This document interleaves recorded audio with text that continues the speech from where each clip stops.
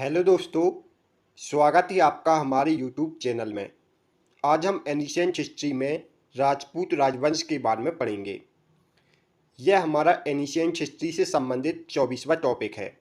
आप इससे पहले के टॉपिक हमारी प्लेलिस्ट में जाकर देख सकते हैं। तो चलिए चलते हैं सेशन की ओर। राजपूत राजवंश 600 से 1200 के बीच उत्तर भारत में राजपूत वंश शासन कर रहे थे। इस कारण इतिहासकार ने इस काल को राजपूत युगीन काल कहा था। राजपूतों की उत्पत्ति आबू पर्वत पर ऋषि वशिष्ठ के अग्निकुंड से हुई थी। ऐसा वर्णन चंद्रबरदाई के पृथ्वीराज रासु ग्रंथ में किया गया है। राजपूत राजवंश के अंतर्गत गुर्जर प्रतिहार वंश, गहरवाल वंश, चौहान वंश, परमार वंश, चंदेल वंश और सोलंकी वंश को पढ़ा जाता है। सबसे पहले हम गुर्जर प्रतिहार वंश के बारे में जानेंगे। गुर्जर प्रतिहार वंश। गुर्जर शब्द का सर्वप्रथम उल्लेख ऐहोल लेख में किया गया था, जिसका निर्माण पुलकेशन द्वितीय ने करवाया था। गुर्जरों का मूल निवास स्थान गुजरात व राजस्थान को माना जाता है और यह प्रारंभ में राष्ट्रकूट शासकों के यहाँ द्वारपाल थे। उत्तर भारत में इनका शासन 6वीं से 12वीं सदी तक रहा था। अलवर लेख में प्रतिहारों को गुर्जरों की शाखा बताया गया है और अलवर लेख कहाँ से प्राप्त हुआ था? राजस्थान से। गुजरात प्रदेश में निवास करने के कारण यह गुर्जर कहलाए और विदेशी आक्रमण से रक्षा के कारण यह प्रतिहार कहलाए थे। इस वंश के बारे में हमें सर्वप्रथम जानकारी ऐहोल अभिलेख से मिलती है, जिसका निर्माण पुलकेशन द्वितीय ने करवाया था। इसके अलावा राष्ट्रकूट राजा अमोघवर्ष के संजन ताम्रपत्र लेख, मेहरभोज के ग्वालियर और दौलतपुर अभिलेख और नीलकुंठ, राधनपुर, देवली, करहाल लेख में इस वंश के बारे में जानकारी मिलती है। इसके अलावा कुछ साहित्य हैं, जैसे कवि पंप का पंप भारत ग्रंथ, उद्बोधन सूरी का कुबलाय मारा ग्रंथ और पृथ्वीराज राजों से इस वंश के बारे में जानकारी मिलती है।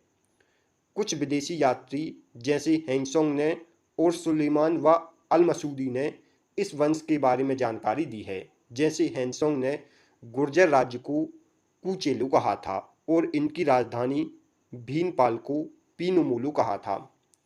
सुलेमान व अल मसूदी ने गुर्जर को अलगुजर और इनके राजाओं को बुरा कहा था। गुर्जर प्रतिहार की 26 शाखाओं में से सबसे महत्वपूर्ण व प्राचीन शाखा मंडोर के प्रतिहार माने जाते हैं। गुर्जर प्रतिहारों की कुल 26 शाखा थी, जिनमें से सबसे प्राचीन शाखा मंडोर के प्रतिहार माने जाते हैं। यह है गुर्जर प्रतिहार वंश के शासक। इस वंश का पहला शासक नागभट्ट था। उसके बाद कुक्कुच व देवराज शासक बनते हैं। उसके बाद वत्सराज, नागभट्ट द्वितीय, रामभद्र, मेहरभोज प्रथम, महेंद्रपाल, मेहरभोज द्वितीय, त्रिलोचनपाल और यशपाल शासक हुए। इनके बारे में हम डिटेल से नेक्स्ट स्लाइड में पढ़ेंगे। सबसे पहले हम नागभट्ट के बारे में पढ़ेंगे, जो कि गुर्जर प्रतिहार वंश का संस्थापक था। इसने अपनी राजधानी मध्य प्रदेश के उज्जैन को बनाया था और ग्वालियर लेख में इसे नारायण व मलेच्छ विनाशक कहा गया था। नागभट्ट प्रथम के दरबार को नागा बिलोक का दरबार भी कहा जाता था। इसने गुजरात के भरूच पर अधिकार कर लिया था और इसी ने अरब सेनापति जुनैद को बप्पा रावल की सहायता से पराजित किया था और पराजित करने के बाद नारायण का अवतार की उपाधि धारण की थी। नागभट्ट प्रथम राष्ट्रकूट राजा दंती दुर्ग से पराजित होता है। नागभट्ट प्रथम के उत्तर में ललितादित्य और दक्षिण में दंती दुर्ग शासन कर रहे थे। नागभट्ट प्रथम को क्षत्रिय ब्राह्मण कहा गया था। इस कारण इस शाखा को रघुवंशी प्रतिहार कहते थे। नागभट्ट के बाद कुक्कुच और देवराज शासक हुए। नागभट्ट के बाद उसका भतीजा कुक्कुट शासक बना था। कुक्कुच का अन्य नाम ककुस्थ था। उसके बाद देवराज शासक बना था। ककुस्थ के बाद उसका भाई देवराज शासक बना था। बराह अभिलेख में इसे देवशक्ति कहा गया था और यह वैष्णव धर्म का अनुयायी था। इसके बाद वत्सराज शासक हुआ। यह गुर्जर प्रतिहार वंश का वास्तविक संस्थापक था। इसने जयवराह और रणहस्तिन की उपाधि धारण की थी। वत्सराज का उल्लेख ग्वालियर लेख, और ओशिया मंदिर लेख में किया गया था और इसके दरबारी कवि उद्दुदन सूरी और जिनसेन सूरी थे। वत्सराज ने कन्नौज के शासक इंद्रायुध को और बंगाल के पाल शासक धर्मपाल को पराजित किया था, लेकिन इसे राष्ट्रकूट राजा ध्रुव से पराजित होना पड़ा था। वत्सराज के बाद नागभक्त द्वितीय शासक हुआ। यह वत्सराज व सुंदर देवी का पुत्र था और इसने परमेश्वर, परम भट्टारक और महाराजा धीराज की उपाधि धारण की थी। इसने सोमनाथ मंदिर का पुनर्निर्माण करवाया था और ग्वालियर अभिलेख में इसकी विजयों का वर्णन मिलता है। नागभट्ट द्वितीय ने कन्नौज के शासक चक्रयुद्ध को पराजित किया और बंगाल के पाल शासक धर्मपाल को पराजित किया था, लेकिन नागभट्ट द्वितीय को राष्ट्रकूट राजा गोविंद तृतीय से पराजित होना पड़ा था। इसके बाद रामभद्र शासक बनता है, जो नागभट्ट द्वितीय का पुत्र था। ग्वालियर अभिलेख में रामभद्र को सूर्यभक्त कहा गया था। रामभद्र एक दुर्बल शासक था। इसके काल में अनेक राज्य स्वतंत्र हो गए थे। बंगाल के पाल शासक देवपाल ने रामभद्र को पराजित किया था। रामभद्र के बाद मेहरभोज शासक हुआ। यह रामभद्र और अप्पा देवी का पुत्र था। यह प्रतिहार वंश का सबसे शक्तिशाली राजा था। मेहरभोज ने आदिवराह और प्रभास की उपाधि धारण की थी। ग्वालियर लेख में मेहरभोज को आदिवराह और दौलतपुर लेख में मेहरभोज को प्रभास की उपाधि मिली थी। मेहरभोज के सिक्कों पर श्री मतादी वराह की उपाधि मिलती है और इनके चांदी के सिक्कों का नाम जंप था। मेहरभोज ने ग्वालियर अभिलेख का निर्माण करवाया था। ग्वालियर अभिलेख का निर्माण किसने करवाया था? मेहरभोज ने। और ग्वालियर में तेली मंदिर का निर्माण भी मेहरभोज ने करवाया था। इन्होंने अपनी नई राजधानी कन्नौज को बनाया था। मेहरभोज विष्णु के परम भक्त थे। कश्मीरी कवि कलहड़ के राज तरंगिणी में इनका उल्लेख मिलता है। सुलेमान, जो कि एक लेखक थे, इन्होंने मेहरभोज को इस्लाम का सबसे बड़ा शत्रु कहा था। मेहरभोज ने चंदेल शासक जयशक्ति को पराजित किया और उनकी राजधानी कालिंजर को बुरी तरह लूटा। इन्हें पाल राजा देवपाल से पराजित होना पड़ा था।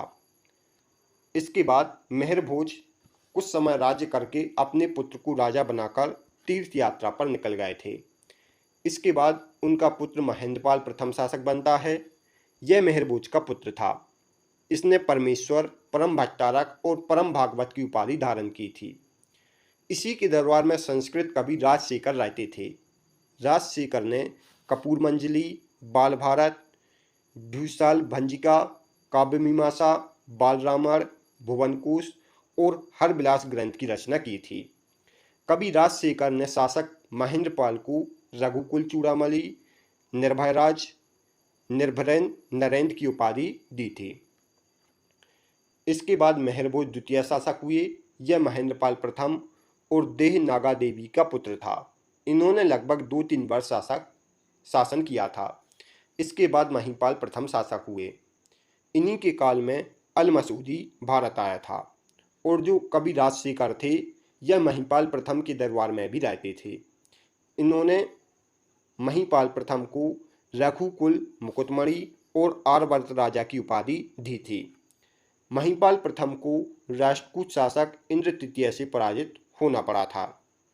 महिपाल के बाद महेंद्रपाल द्वितीय, देवपाल, विनयपाल, महिपाल द्वितीय और विजयपाल शासक बनते हैं, लेकिन यह इतने महत्वपूर्ण शासक नहीं थे। इसके बाद राज्यपाल शासक हुआ। राज्यपाल के समय में महमूद गजनबी कन्नौज पर आक्रमण करता है, लेकिन वह राज्य छोड़कर भाग गया था। इस कारण गंजदेव के पुत्र विद्याधर ने राज्यपाल की हत्या कर दी। इसके बाद त्रिलोचन पाल शासक हुआ। राज्यपाल के बाद उसका पुत्र त्रिलोचन पाल शासक बना था, जिसका शासनकाल 1819 से 1827 ईस्वी के मध्य में था। इसके काल में ही महमूद गजनबी आक्रमण करता है। इसके बाद यशपाल शासक हुआ। यह त्रिलोचन पाल का पुत्र था। यह गुर्जर प्रतिहार वंश का अंतिम राजा माना जाता है। गुर्जर प्रतिहार वंश का अंतिम राजा कौन था? यशपाल। 1036 में यशपाल की हत्या चंद्रदेव ने कर दी थी और कन्नौज पर गहरवाल वंश की नींव डाली थी। गहरवाल वंश की नींव किसने डाली थी? चंद्रदेव ने। अब हम गहरवाल वंश के बारे में पढ़ेंगे। आप हमारे इस वीडियो से रिलेटेड PDF को हमारी टेलीग्राम ग्रुप से डाउनलोड कर सकते हैं, जिसका लिंक डिस्क्रिप्शन है। गहरवाल वंश। गहरवाल वंश को राठौर वंश भी कहा जाता है। गहरवाल वंश की स्थापना चंद्रदेव ने की थी। चंद्रदेव ने गुर्जर प्रतिहार वंश के अंतिम शासक यशपाल की हत्या करके गहरवाल वंश या राठौर वंश की नींव डाली थी। गहरवाल वंश की पहली राजधानी काशी या वाराणसी थी और इस वंश के राजाओं को इस कारण काशी नरेश भी कहा जाता था। इनकी दूसरी राजधानी कन्नौज या कानगोब्ज थी। गहरवाल वंश के शासकों का मूल निवास स्थान विंध्याचल के पर्वतीय वन क्षेत्र को माना जाता है। इस वंश के शासक प्रारंभ में कलचुरी वंश के सामंत हुआ करते थे। इस वंश के बारे में हमें जानकारी कुमार देवी के सारनाथ लेख, हरिश्चंद्र के जौनपुर लेख, चंद्रदेव के काशी व कन्नौज अभिलेख और गोविंद चंद के देवरिया व जैतन विहार लेख से प्राप्त होती है। इसके अलावा कुछ साहित्य हैं, जैसे कवि चंद्र बरदाई का पृथ्वीराज रासु ग्रंथ, कवि मेरुतुंग का चिंतामणि ग्रंथ, कवि लक्ष्मीधर का कृत कल्पतरु ग्रंथ और हसन निजामी के लेखों से इस वंश के बारे में हमें जानकारी मिलती है। यह है गहरवाल वंश के शासक। गहरवाल वंश का प्रथम शासक चंद्रदेव माना जाता है। इसके बाद महीचंद, यशोविग्रह, चंद्रदेव द्वितीय, मदनचंद्र, गोविंदचंद, विजयचंद्र, जयचंद्र, हरिचंद्र और अकरमल शासक हुए। चंद्रदेव द्वितीय, जो ये शासक हुए थे, चंद्रदेव प्रथम, महीचंद्र और यशोविग्रह, यह अस्वतंत्र शासक थे, अर्थात यह सामंत के रूप में शासन कर रहे थे। इस कारण हम चंद्रदेव द्वितीय से पढ़ रहे हैं। चंद्रदेव द्वितीय गहरवाल वंश का प्रथम स्वतंत्र शासक था। यह महीचंद्र का पुत्र व उत्तराधिकारी था। इसने कन्नौज व काशी लेख का निर्माण करवाया था और इस लेख के अनुसार इसने अयोध्या व दिल्ली पर अधिकार कर लिया था। चंद्रदेव द्वितीय ने परम भट्टारक, महाराजाधिराज और परमेश्वर की उपाधि धारण की थी। इसने बंगाल के पाल शासक गोपाल को पराजित किया और कलचुरी शासक यशकर्ण को पराजित किया था।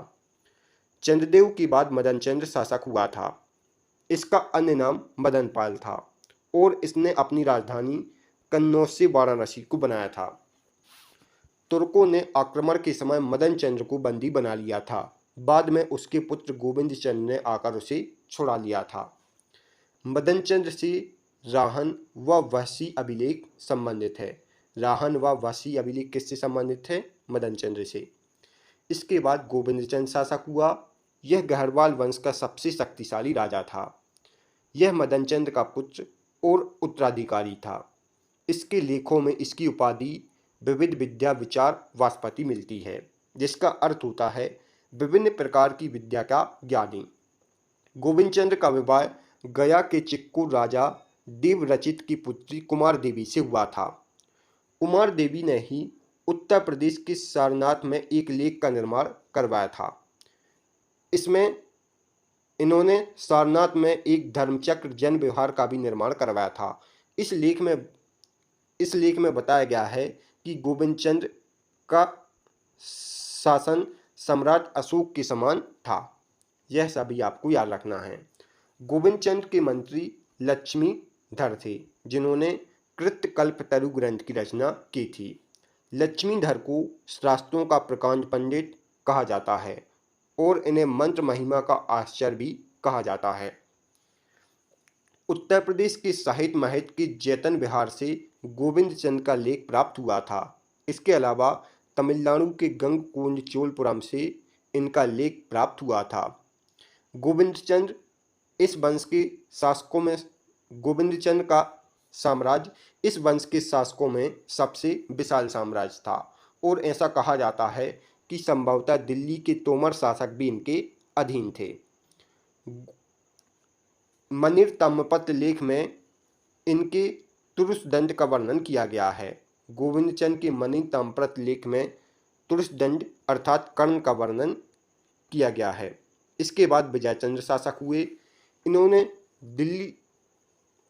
इनके समय में दिल्ली क्षेत्र पर चौहानों का राज था। विजयचंद्र सेन वंश के शासक लक्ष्मण सेन से पराजित हुए थे और इन्होंने जौनपुर में अटाला देवी मंदिर का निर्माण करवाया था। जौनपुर में अटाला देवी मंदिर का निर्माण किसने करवाया था? विजयचंद्र ने। इसके बाद जयचंद्र शासक हुए।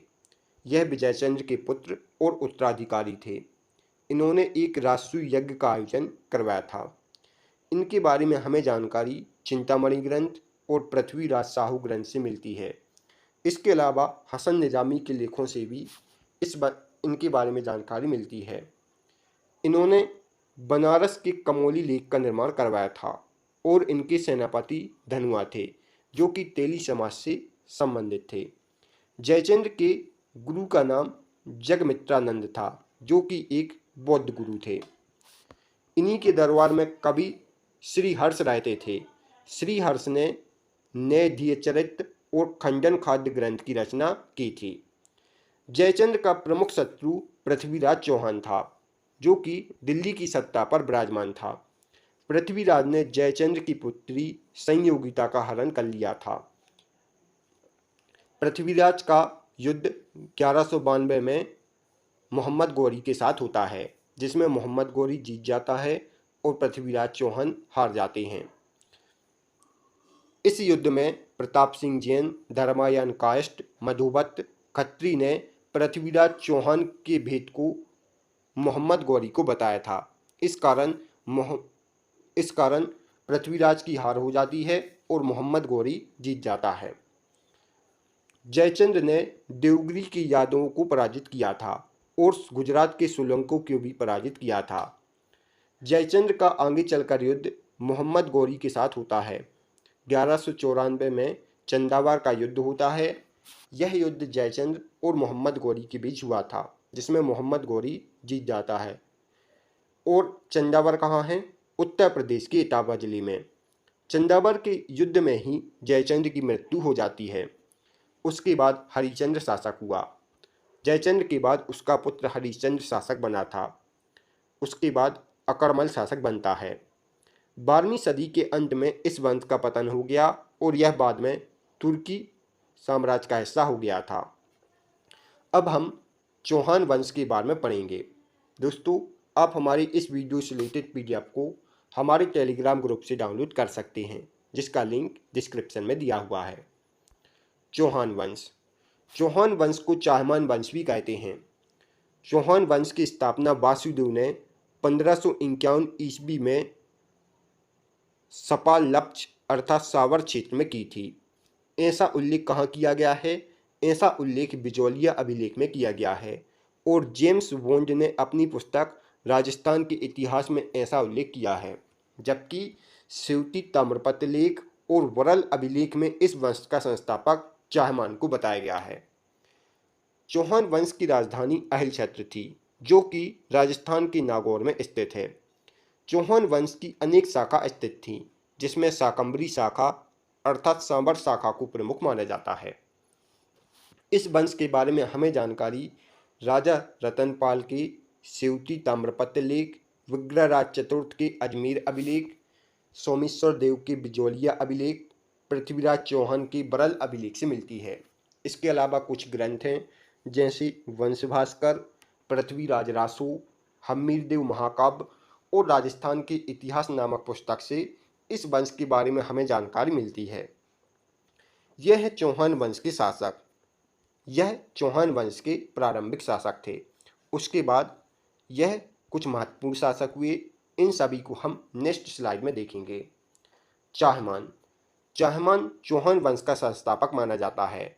ऐसा उल्लेख सेवती ताम्रपत्र व वरल लेख में किया गया है, जबकि वासुदेव को भी चौहान वंश का संस्थापक माना जाता है। ऐसा उल्लेख बिजौलिया लेख और सांबर झील लेख में किया गया है। इसके बाद विग्रहराज प्रथम शासक हुआ। इसके बाद बागपति राज प्रथम शासक हुआ। इसने कन्नौज के प्रतिहार शासकों से स्वतंत्रता प्राप्त की थी। बागपति राज के प्रथम के बाद सिद्धराज शासक हुआ। इन्होंने महाराजाधिराज की उपाधि धारण की थी और अपना राज्य विस्तार किया था। सिद्धराज के बाद विग्रहराज द्वितीय शासक हुआ। इन्होंने मूल राज को हराया था और आशापुरी देवी मंदिर का निर्माण करवाया था। विग्रहराज द्वितीय के बाद विग्रहराज तृतीय शासक हुआ। इन्होंने परमाणु की राजकुमारी राज देवी से विवाह किया था। इसके बाद अगला महत्वपूर्ण शासक अजयराज द्वितीय होते हैं। यह पृथ्वीराज प्रथम के पुत्र थे। इनकी रानी का नाम सोमलिका था और इन्होंने ही अजमेर नगर की स्थापना की थी और अपनी राजधानी अजमेर को बनाया था। अजमेर नगर की स्थापना किसने की थी? अजयराज द्वितीय ने। अजयराज द्वितीय के बाद अनुराज शासक हुए। इन्होंने अजमेर में आना सागर झील का निर्माण किया था और जहांगीर ने इसी के पास दौलताबाग का निर्माण करवाया था। अरुणराज ने पुष्कर में विष्णु की बराह मंदिर का निर्माण करवाया था। इन्हीं के दरबार में धर्मोस व देवभूत कवि रहते थे। इनके बड़े पुत्र जगदेव ने अनुराज की हत्या कर दी, लेकिन बाद में विग्रहराज जगदेव को उतारकर शासक बनते हैं। अनुराज के बाद विग्रहराज शासक बनते हैं। विग्रहराज चतुर्थ, इनका अन्य नाम भीषलदेव था और यह भी अनुराज के पुत्र थे। विग्रहराज चतुर्थ का शासनकाल चौहान वंश का स्वर्णकाल माना जाता है। इनके राजकवि सोमदेव थे, जिन्होंने ललित विग्रह राजग्रंथ की रचना की थी। विग्रहराज चतुर्थ के दरबारी कवि नरपति नाल थे, जिन्होंने विशल देव रासु ग्रंथ की रचना की। यह स्वयं एक संस्कृत के विद्वान थे। इन्होंने ही हरिकेली नाटक की रचना की थी। हरिकेली नाटक की रचना किसने की थी? विग्रहराज चतुर्थ ने। और इन्होंने अजमेर में एक संस्कृत विद्यालय का निर्माण करवाया था, लेकिन बाद में ऐबक ने इस विद्यालय को नष्ट कर दिया। इन्हीं के काल में तोमर राजाओं से ये दिल्ली छीनकर अपनी राजधानी बनाते हैं। विग्रहराज चतुर्थ तोमर राजाओं से दिल्ली छीनकर इसे अपनी राजधानी बनाते हैं और दिल्ली में शिवालिक स्तंभ लेख का निर्माण करवाते हैं। इन्होंने परमेश्वर, परम भट्टारक और महाराजा धीराज की उपाधि धारण की थी और कवि जयानक भक्त ने इन्हें कवि बांधव कहा था। विग्रहराज चतुर्थ ने अजमेर अभिलेख और भीस लसर झील का निर्माण करवाया था। इसके बाद पृथ्वीराज द्वितीय शासक हुए, जो कि विग्रहराज चतुर्थ के बाद शासक बनते हैं। उसके बाद सोमेश्वर शासक बनते हैं। सोमेश्वर की हत्या सोलंकी शासक भीम द्वितीय ने कर दी थी। सोमेश्वर के बाद पृथ्वीराज तृतीय शासक बनते हैं, जिन्होंने तराइन का प्रथम युद्ध और द्वितीय युद्ध लड़ा था। सोमेश्वर पृथ्वीराज तृतीय। यह सोमेश्वर व कपूर देवी के पुत्र थे और इनका उपनाम रायपिथौरा था। इन्होंने चंदेल वंश के राजा परमर्दी देव को पराजित किया था और जब यह राजा परमर्दी देव के साथ युद्ध कर रहे थे तो इनके सेनापति थे आला व उदल। इसी युद्ध में उनके सेनापति आला व उदल की हत्या हो जाती है। पृथ्वीराज तृतीय के दरबारी कवि चंद्रवरदाय, जयनायक और जनार्दन थे। चंद्रवरदाय ने पृथ्वीराज रासु ग्रंथ और जयनायक ने पृथ्वीराज विजय ग्रंथ की रचना की थी। पृथ्वीराज तृतीय ने दल पुतंग की उपाधि धारण की थी, जिसका अर्थ होता है विश्व विजेता। इनका प्रधानमंत्री कदमदांब था। पृथ्वीराज तृतीय का प्रधानमंत्री कौन था? कदमदांब। इन्होंने रणथंबोर की जैन मंदिर का निर्माण करवाया था। पृथ्वीराज तृतीय ने रणथंबोर की जैन मंदिर का निर्माण करवाया था और सोलंकी शासक भीम द्वितीय को पराजित किया था। तराइन का प्रथम व द्वितीय युद्ध पृथ्वीराज चौहान और मोहम्मद गौरी के बीच हुआ था। तराइन का प्रथम युद्ध पृथ्वीराज चौहान और मोहम्मद गौरी के बीच हुआ था, जिसमें पृथ्वीराज चौहान जीत जाते हैं, लेकिन द्वितीय युद्ध में मोहम्मद गौरी जीत जाते हैं और पृथ्वीराज चौहान की हत्या कर देते हैं। उसके बाद गोविंदराज चतुर्थ शासक बने। पृथ्वीराज चौहान की मृत्यु के बाद गौरी ने चौहान के पुत्र को अजमेर का शासक बनाया था और उनके पुत्र कौन थे? गोविंदराज चतुर्थ। उसके बाद हरिराज शासक हुए। यह इस वंश का अंतिम शासक माने जाते हैं।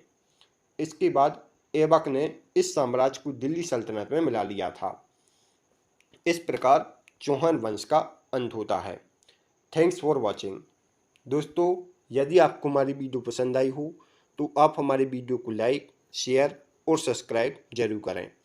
आप हमारे इस वीडियो से रिलेटेड PDF को हमारे टेलीग्राम चैनल से डाउनलोड कर सकते हैं, जिसका लिंक डिस्क्रिप्शन में दिया हुआ है। तो मिलते हैं नेक्स्ट वीडियो में, तब तक के लिए गुड बाय।